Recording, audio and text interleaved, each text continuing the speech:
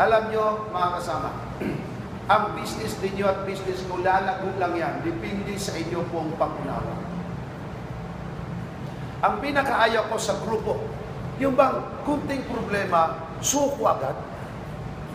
Tandaan po ninyo, hindi kayo lalago at mag-qualify sa next step maliban lang kung ipasa ninyo ang first step.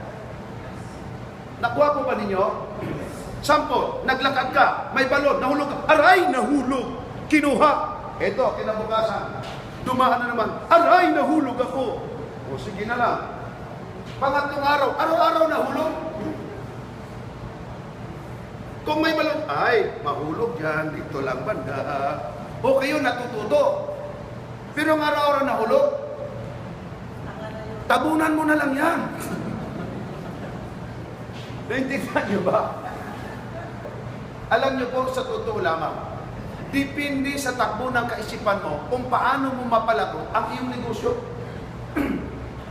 Ang sabi ko nga huwag kayong magtanong sa taong lasing. Ang sagot niya, kalasingan din. Isipin niya, katulad nyo, kayo ang nakinig dito sa lecture ko. Dapat kayo ang mas may alam kaysa kapitbahay wala dito, tama? Yes. Kayo nakinig dito sa skills versus attitude, kayo ang dapat mag-explain, tama? Kayo nakakita ng opportunity dito, di ba dapat kayo ang mas malisip, tama? Pagdating sa bahay, pre, ganda ni gusto, ganito, pre, scam yan. Tsaka pyramiding yan, pre. Tandaan mo, pre, hindi yan tatakag. Naku, pre, tandaan kita. Nalugi na ako, pre, sabi niya. Pre, may punto ka. Ang lamig pa ng dating pre, may punto ka nga. Ikaw nakinig dito, ikaw nakinig. Yung taong hindi nakinig, ikaw ba ay nakonbinsin ng lasing? Pambihira. Ang iyong future, ang iyong kinabukasan, huwag mong ipanakaw sa mga lasing. Don't let your kapitbahay steal your dreams and visions in life. Ikaw ang nakarinig, ikaw nakakita kung papaano.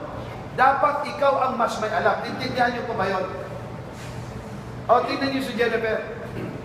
Noong siya po inumpisahan, hindi ko pa tinuruan. Mahina po siya. Pero nung tinuruan ko kung paano siya lumakas ba talaga? Wala pong drama yan. Ang inyong grupo ay lalago, depende sa una ay kayo. Kaya nga ang mga tao pagka nagpapatay ng ganitong business, ang unang ko itinatanong, naintindihan mo ba ang ginagawa mo? Yes, sir. Handa ka bang humarap sa lahat ng problema? Problema? Oh, problema. Bakit? May problema ba yan? Sabi ko palang, yung mukha mo palang maproblema na yun. Hindi mo naintindihan na may problema to. Yan ang problema ngayon. Nakuha nyo ba? O, harapin natin siya. Paano kung ibilanggo ka? Huwag naman ganyanan. Pwede ba kayo mabilanggo? Sa inyong negosyo? Pwede. Pwede, hindi? Pwede. Dami nang nabilanggo, hindi nyo alam, baka kayo kasunod. Sapagkat hindi tama ang paggawa, hindi tama. Kung ako ay magiging empleyado lamang ng company, posibleng limited lang income ko? Posible hindi? Yes. Pagka kayo empleyado lang, limited yan. Pero kung mag-network kayo, unlimited ang income nyo. Naintindihan nyo po bang ibig sabihin ko? Pero paano na lang kung network ka na lang lahat at walang mag-train? We need somebody else to sacrifice, to train people how to do it properly. Alam niyo po, yun ang tinatawag wild imagination. Bago nangyari ang mga bagay niyan, dapat ma-conceive mo na yan sa iyong utak, sa iyong puso. Then you need to plan, set down together, plan, then execute the plan. Name the price, how much you want to earn. But first of all, you need to be a positive person. Kasi kung ako'y magsasalita negative, nahirapan ba ako dito? Pagka pag sumali ka, mahirapan ka rin.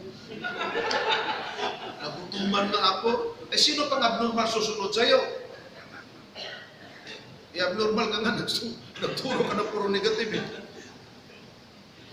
Dapat positibo kaisipan. Tama po ba yun? Yes.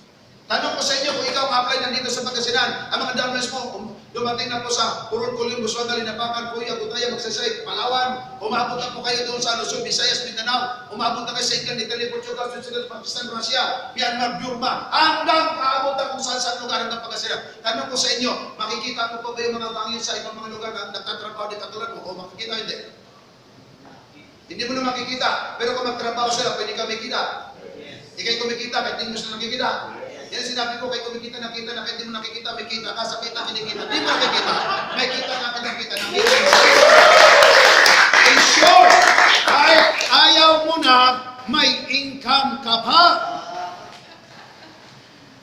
Pero alam po niyo, pagkabukas ang puso mo kaisipan, napakadaling absorb ang mga bahan.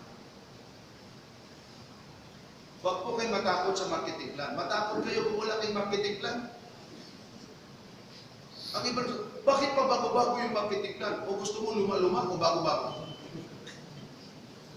Ang marketing plan, luma na yan. O di ba nakakaya? Marketing plan yun, bagong-bago yan. O di ba mas maganda yun? Ay kayo nga, kung gusto ka ninyo sa cellphone, hindi luma, bago gusto ka ninyo. Bakit sa marketing plan din natin baguhin? Baguhin, i-innovate, para magiging mas maganda. Tama ba yun? Hindi ibig sabihin na yung una, atin na po yung palitan. Yun pa rin. Kaya lang, marami ng choices ng tao. Nakuha po niyo bang ibig sabihin ko? Hindi ko maintindihan ang iba. Bakit tayo pabago-bago ng marketing plan? Eh, ano bang gusto mo? Asawa, huwag ka magpabago-bago. Marketing plan, baguhin mo. Bakit po? Eh, dapat may innovation. Tama po ba yun? Ang company walang innovation, ayaw kong sumali dyan. Bakit? Tatanda kayong lahat dyan. Innovative dapat may spirit na gano'n. Naintindihan ko ba ninyo? Naisip nyo ba kung meron ng 50 Caltex dito sa buong Pangasinan na katayap natin? 50 ka-pharmacies. Isang generic at isa din namang mga branded. Pwede ba nating i-tie up ang mga agricultural products? Yes. Pwede ba nating i-tie up, mga kaibigan, ang mga resorts? Yes. Hotels? Yes. Mga buses? Pwede? Kahit piso-piso lang yan. As long sumakay tayo at pinapatronize natin, may income tayo. My goodness, my friend, count your days. Blessing is coming and the best is yet to come. And now is the day.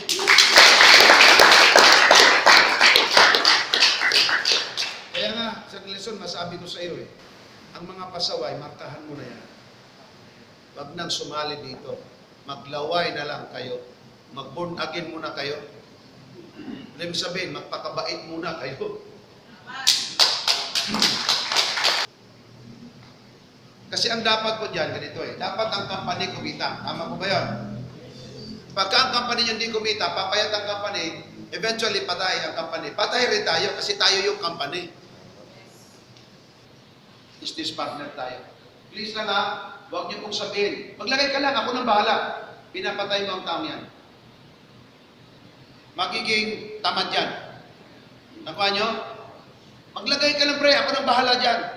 Wala sa business na ginagalawan. Nakuha nyo? Pagka sinabi ninyo, sige lang po maglagay ka dyan, ako nang bahala, magkaibigan naman tayo Pinapatay nyo ang privilege na matuto siya mag-business. Ikalawa, paano kung 100 tao ang pinagsasabihan mo ng ganyan? Hindi ba nangyari para ka na rin utusan? Remember this, you are not supposed to be like a double-minded person or a negative one. We need to lose everything. If we see there is something wrong, if there's something need to be to adjust, you need to be willing enough to accept it as if you have that what they call open mind. I would like to encourage you. Stay with the company, stay with us, and let us join and rally together, and let's do this one together. And I do believe, as long we have hope, as long we have mission and vision, and we have the proper objectives to tell you, magtatagumpay ang mayroong mabuting itiin.